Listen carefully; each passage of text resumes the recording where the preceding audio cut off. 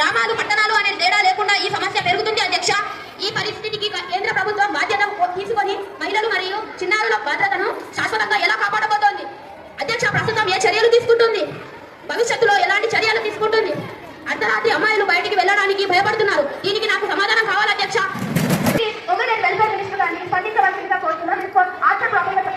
గౌరవనీయులైన స్పీకర్ గారికి మరియు సభల సభ్యులందరికీ నా నమస్కారాలు. అధ్యక్ష, మహిళలు మరియు చిన్నారుల భద్రత కోసం మా ప్రభుత్వం అత్యున్నత ప్రాధాన్యత ఇస్తుంది అధ్యక్ష.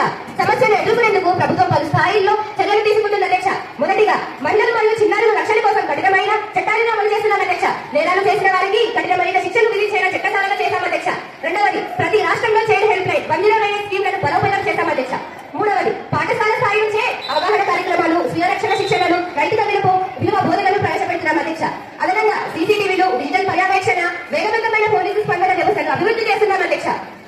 మహిళలు మరియు చిన్నారులు భయం లేకుండా జీవించేలా సమాజం మొత్తం బాధ్యత తీసుకునే విధంగా ప్రభుత్వం నిరంతరం పనిచేస్తూనే ఉంటుంది అధ్యక్ష. ఒక్క నిమిషం అధ్యక్ష. అధ్యక్ష, నేడు అర్ధరాత్రి అమ్మాయి బయటకు వెళ్లి ధైర్యంగా తిరిగి రావడానికి కావాల్సిన ధైర్యాన్ని అందిస్తూ ఏదైనా ప్రమాదం జరుగుతుందేమోనని అనిపిస్తే వారి ఫోన్ ద్వారా అందుబాటులో ఉండే విధంగా చర్యలు తీసుకుంటున్నాం అధ్యక్ష. కావాలంటే మీరు మాతో పాటు రండి, వెళ్ళి చూద్దాం.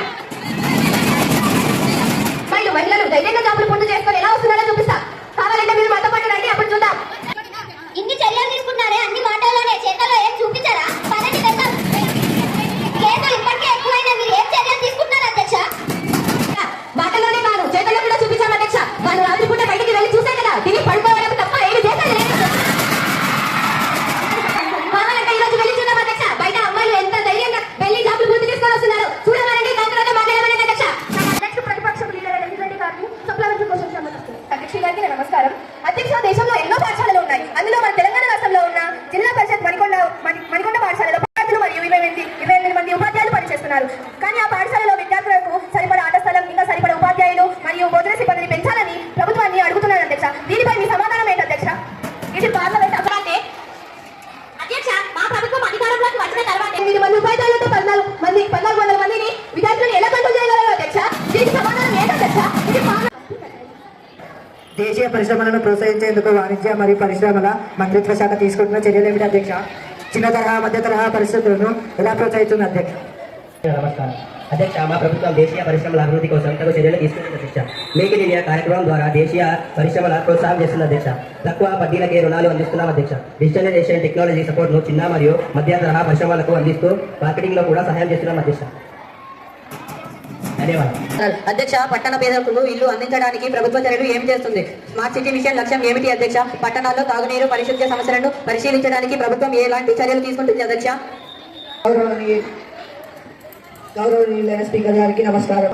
ఈ ప్రోగ్రాం ద్వారా విద్యుత్ సరఫరా, గృహ నిర్మాణం, డిజిటల్ సేవలు, స్వచ్ఛత, ప్రజా భద్రత వంటి అనేక రంగాలలో అభివృద్ధి జరుగుతుంది.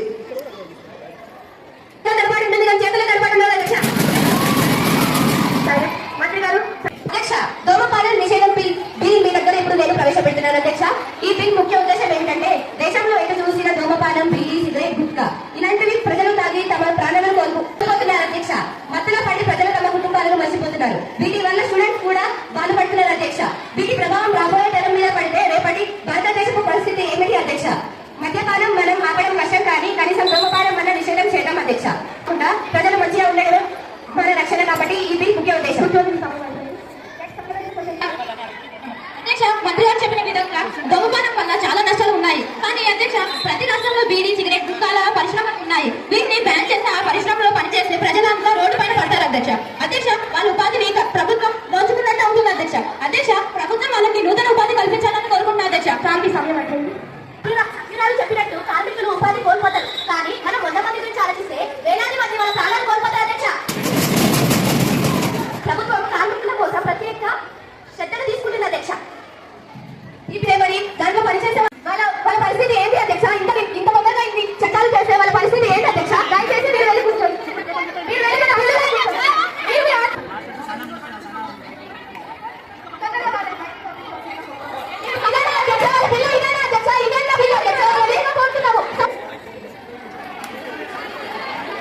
ప్రతిపక్షపు ఎంపీ పెద్ద లీడర్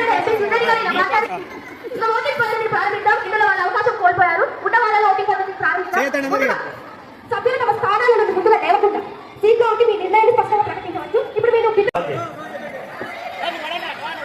ఇక్కడ రూలింగ్ పార్టీలో ఉన్న ప్రతి ఒక్కరు ప్రతిపక్ష వాళ్ళు ఇందులో ఉన్న సగం మంది చేతులెత్తిన వాళ్ళు అర్థంగా ఉన్నారు కావున ఈ బిల్లు ఆమోదించబడింది.